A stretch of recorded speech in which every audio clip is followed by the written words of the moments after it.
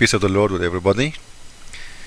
Um, Today I thought maybe it's a good idea because I saw some Muslims talking about bad American, bad Western. They are filthy. They are dirty. American women she have a boyfriend. American man he have a girlfriend. First, in Christianity there is nothing. It's called girlfriend and boyfriend. And the Bible is very clear, and this is not approved for us as a Christian. But what people do, they will do anyway, if they are Christian or not. But the disaster is what Islam do say. At least I'm not defending, by the way, the Western when they take a girlfriend or a Western woman taking a boyfriend. I'm not defending that because for me, as a Christian, I don't approve that.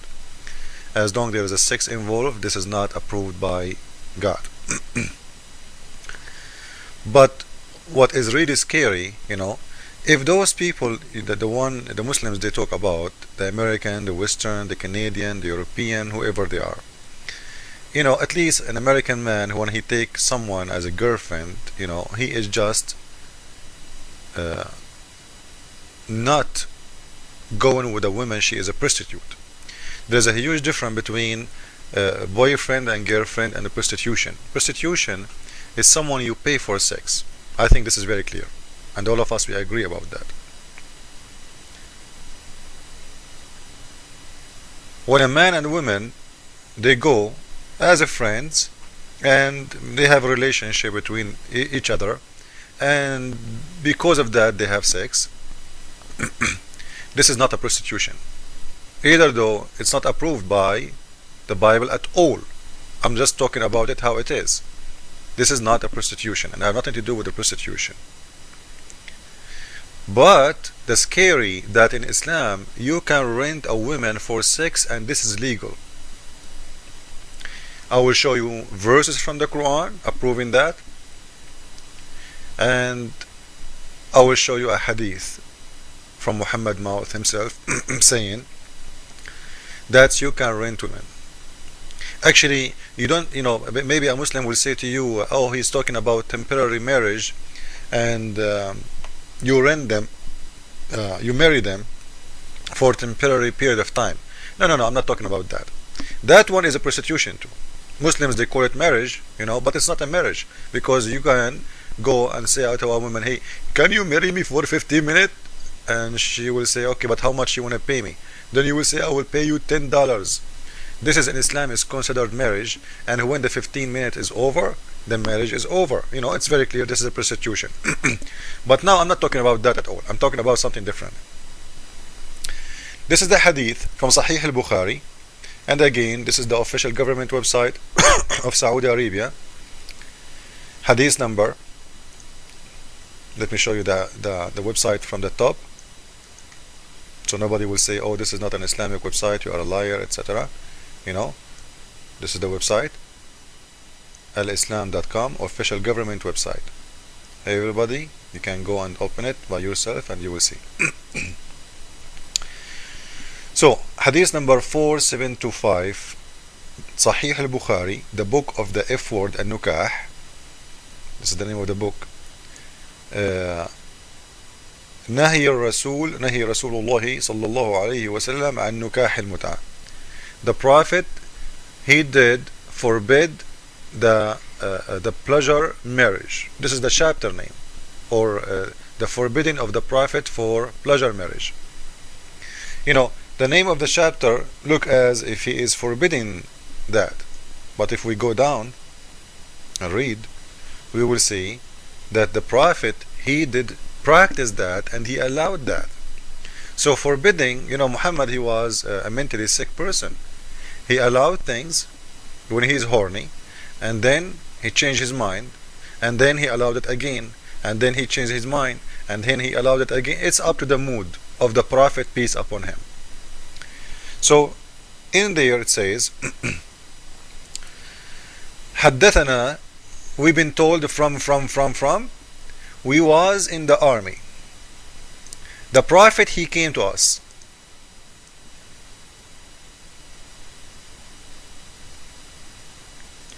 In here you will see something that Muhammad is the one, he is encouraging Muslim men to go and rent women, not the Muslim men asking the Prophet if they can do that or not. And this will give you an idea that he is the one is thinking about sex. He is the one, he pushing them to go and rent women for sex. He said, فقال إنه قد أذن لكم أن تستمتعوا فاستمتعوا. It's been allowed for you, approved for you to go and enjoy, so enjoy. Now, maybe until now, somebody will say, well, it doesn't say women, right? Okay, we will continue reading the hadith. And here is saying, the Prophet, he said, a man and a woman, they agree to have ishra, which means sexual relationship. ما بينهم ثلاث ليال. So they can test. They agree to have a test drive. Like, you take a test drive, you rent a woman for some time. If you like her, you can extend the time. So he's saying, any man and a woman, and listen, this is not a wife and husband. He's saying any man and a woman. Not any a man who marry a woman, or any man he can marry a woman. He's saying any man and a woman, they agreed to do ishra, which means they joined the bed together without marriage. If they try each other for 3 nights, if they like that, فَإِنْ أَحَبَّا أَنْ يَتَزَايَدَا يَتَزَايَدَا. If they like to increase that more, they can increase it, or they will leave each other.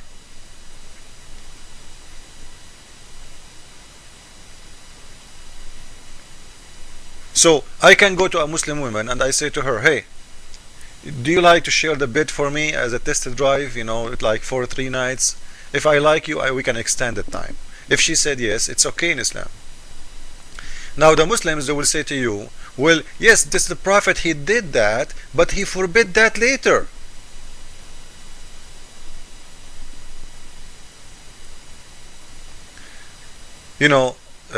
First, the Prophet, he never forbid that. You know why? Because you cannot forbid something, it is in the Quran. And we can show you. If you go to Surah 4, verse 24, it says clear, pay them those you enjoy them for sex. And this is why, you will see now Muslim Sunnah and Muslim Shia, they are fighting over this verse in the Quran. The Muslim Sunnah is saying, well, yes, the Prophet, he allowed that for a period of time, and later he did forbid. But Muhammad, he never did forbid that. The one who refused it was Umar ibn al-Khattab. Because what happened to him, he himself, he went and he had sex with a woman, young girl. Later he found out that this is his daughter from pleasure. So he hated himself for having sex with his daughter because of this rule. Because of this rule. And Muslim men, they have sex with the very young girls. And Muhammad himself, he did marry 6 years old girl, right? So when Umar al-Khattab, he have sex with that little child, for them it's a woman, and he found out later that this is his daughter because he had sex with her mom a few years ago, he decided to stop this and to be forbidding. So now Sunnah, they are not doing it anymore, but the Shia, they are doing it. Now the reason the Shia is doing it, they are saying, well, Umar is not the Prophet, he cannot forbid something, it is in the Quran. God, Allah, he allowed that, so you cannot forbid me from doing it.